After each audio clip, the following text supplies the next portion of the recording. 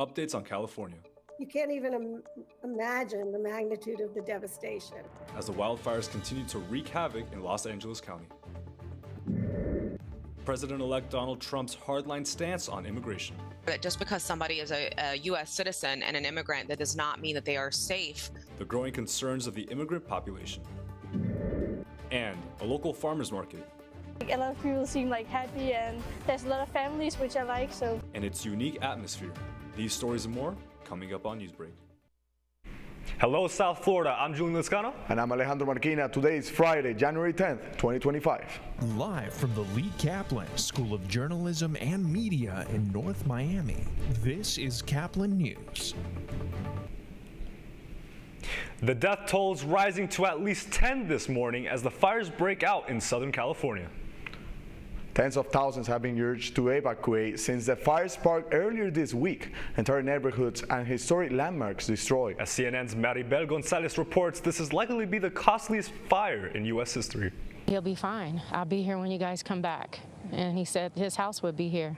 His house is here, and he was here too. He was in his bed when I found him. The death toll is rising as wildfires surround Los Angeles. Officials warn the actual number of fatalities will remain unclear until investigators can safely enter fire-ravaged neighborhoods. The Kenneth Fire is the fifth to strike the county during the crisis. Officials say the Palisades and Eaton fires have destroyed at least 10,000 structures. The Palisades blaze is the most destructive in county history, despite better weather yesterday. This lull is helping us focus some resources on perimeter control, getting containment around the fire. It's given us an opportunity to deal with that, but the scope and scale is so immense. The county sheriff says about 180,000 people were under evacuation orders as of yesterday, with even more facing warnings. They urge residents to prepare in case they have to leave quickly. Many who flee will find destruction when they return. Everything is just gone. And you can't even imagine the magnitude of the devastation. President Joe Biden says the federal government will pay for all disaster response costs for about 6 months. It's going to pay for things like debris and hazard material removal, temporary shelters, first responders' salaries, and all necessary measures to protect life and property. Now, Thursday, authorities did arrest a man on suspicion of arson, but LAPD cannot confirm at this time if that person has any connection to the Kenneth Fire nearby. Reporting in Pacific Palisades, I'm Maribel Gonzalez. President-elect Donald Trump's public stance on immigration has left millions of people inside the U.S. worry about their futures. More now in a special report from D.C. Bureau reporter Grecia Pacheco. Immigrants escape their countries for a number of different reasons, including fleeing violence and looking for better economic opportunities. But with an incoming administration in the White House with a hard line on the immigration issue, has many worried. You better start packing now. Bringing crime, they're rapists. Families can be deported together. So they can come in and rape and pillage. This is what President-elect Donald Trump and his team have said publicly about immigration, but how many people his policies impact. A 2023 Pew Research Center analysis found that 47.8 people living in the U.S. were born outside the country. Of these, 3 in 4 people are in the country legally, including as naturalized citizens, as lawful permanent residents, and those with temporary legal status.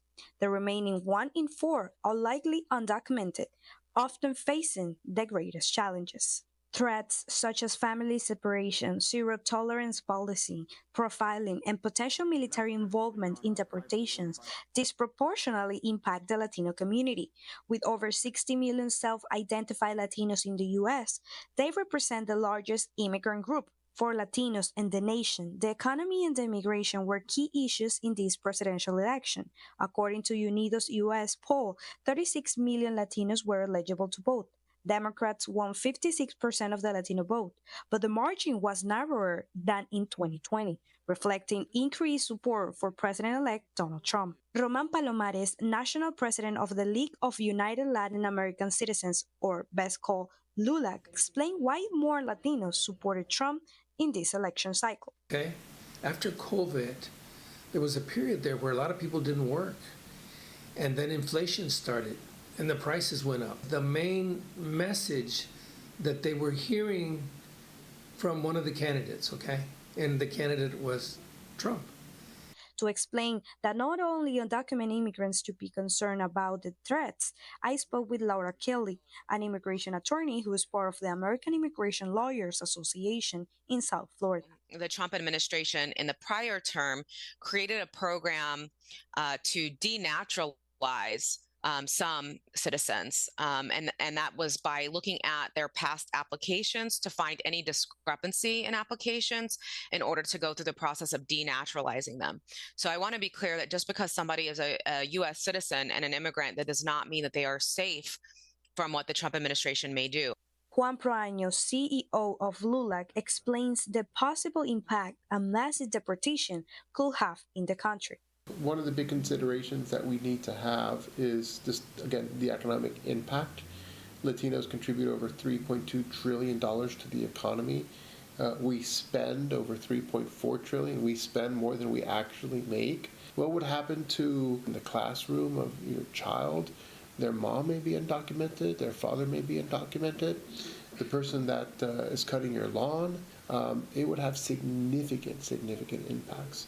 The future remains to be seen, but the threats have many people worried, which is why experts are saying to start seeking for solutions as soon as possible. For LULAC, you are in this country legally if you're an asylee, if you're a refugee, if you have temporary status, if you're DACA.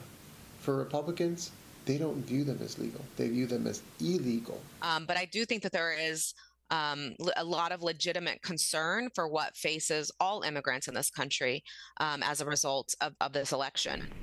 Reporting for Caplin News, I'm Grecia Pacheco. President-elect Donald Trump's legal troubles making the airwaves again this morning, just 10 days before his inauguration day. Trump is set to join virtually from Mar-a-Lago after the Supreme Court rejected his bid to delay the sentencing of his hush money trial in a 5-4 decision that saw conservative justices John Roberts and Trump appointee Amy Coney Barrett side with the 3 liberals on the bench. Frankly, it's a disgrace. It's a judge that shouldn't have been on the case. He's a highly conflicted judge, and they called for an appeal. So I read it, and I thought it was a fair decision, actually. So I'll do my little thing tomorrow. They can have fun with their political opponent. Justice Juan Merchan has already indicated that the president-elect will not be facing any penalties or prison time. Yesterday, Venezuelan opposition leader Maria Corina Machado was detained in Caracas after joining a protest against today's inauguration of dictator Nicolás Maduro. Machado's political group spoke out on X that she was, quote, violently intercepted on Thursday while exiting the rally. The group also stated that regime officials shot at the motorcycles transporting her, and at least 8 security officers were involved in the incident. Her team reported that she was freed 2 hours later, and she's now in a safe place. The Supreme Court agreed to expedite TikTok's First Amendment case. Arguments set to start at 10 a.m. At issue, a ban Congress passed in April that requires TikTok to either shut down or find a new owner. The ban had a bipartisan support on national security, fears surrounding the app's Chinese ownership. Today, the court will consider whether the fears outweigh TikTok's First Amendment rights. The app ban deadline is January 19th. If you consume protein powders, you may want to double-check the brand. After analyzing 70 samples of protein powder brands, a new report by the Clean Label Project found many brands containing disturbing levels of lead and cadmium. The highest amounts were found in plant-based, organic, and chocolate-flavored products. Both contaminants are not safe to consume, causing toxicity to the heart, kidney, and brain. More data will be released in a later update. A game in Miami sends one team to the college football playoff championship. That's still ahead, and so is the story. We love that they actually pay attention to the great effort that all of the vendors put into their product. And a local event that might give you something fun to do this weekend. Newsbreak will be back in 2 minutes.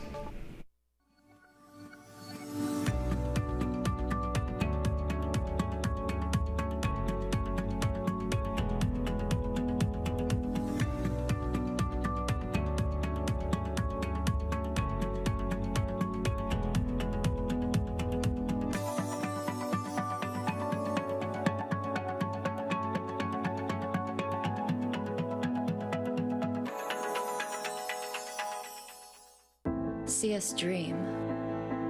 See us remember. See us protest. You matter. Your feelings matter. Your identity matters. Everything about who you are matters. See us fight back. See us rebuild.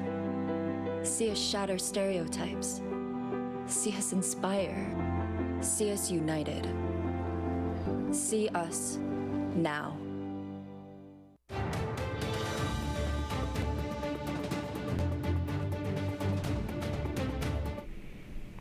Farm to Table, courtesy of South Florida small business owners.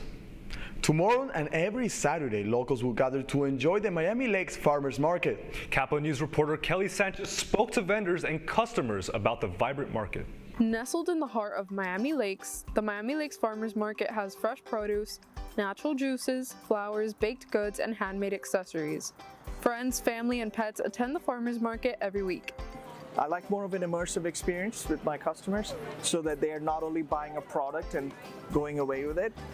Hence why I don't have an online business, because I can't explain how something smells online, right? I want you to come interact with me. By connecting customers directly with vendors, the farmers market offers a well-rounded experience for everyone. The vendors and the customers are just amazing, pretty chill people. We love that they actually pay attention to the great effort that all of the vendors put into their product. The unique atmosphere of the farmers market is magnetic, attracting new and returning customers every Saturday. This is my first time in Miami Lakes. I think I like the atmosphere, a lot of people seem happy, and there's a lot of families, which I like. So not only does it unite the local community, but it also gives small businesses and artisans an opportunity to grow their customer base. I have so many customers that they want me to go back, so I build up these customer relationships. The farmers market reflects the vibrant culture of Miami Lakes, but it still comes with challenges.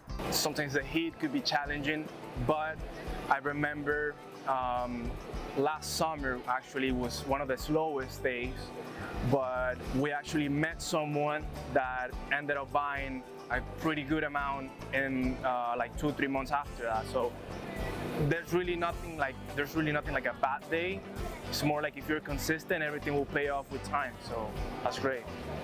As you can see, there's lots of things to do and new people to meet at the Miami Lakes Farmers Market. Make sure to check it out next Saturday. For Caplin News, this is Kelly Sanchez. And today, Notre Dame is celebrating their victory in the Orange Bowl over Penn State in an exciting match hosted in the Miami Hard Rock. It was a shootout with both teams scoring right after each other the whole game. Penn State had the lead with 5 minutes left, and Notre Dame tied the game with under 2 minutes left in the final 12 seconds. The Fighting Irish kicker Mitch Jeter sent the ball through the goalpost to send Notre Dame to the College Football Championship. The final score was Notre Dame 27, Penn State 24. The championship game will be on Monday, January 20th at 7:30. After defeating the Golden State Warriors away, Miami looked to add to another win to their away game stretch against the Utah Jazz. Utah's Colin Sexton started off the game with a pull-up jumper followed by a three to push the Jazz ahead. Utah dominated up through the second corner until Tyler Hero lands a pull-up three, equalizing the game. Hero balled out with 23 points and 5 assists, and Jaime Jaquez Jr. with 20 points and 7 assists. The final score was Heat 97, Utah 92. Miami will continue away at Portland against the Trailblazers Saturday, January 11th at 10 p.m. You're watching Newsbreak, and we're coming right back. Last week, Brandon met a girl on a dating app. One day after work, he finally found the courage to ask her out. No answer. He started to panic. Was he being too pushy? Maybe it was too... Hey, sorry I didn't respond. I was driving. I would love to go on a date. How does tonight sound? Brandon tried to play it cool, but inside he knew. A girl so smart, so responsible. She must be a keeper.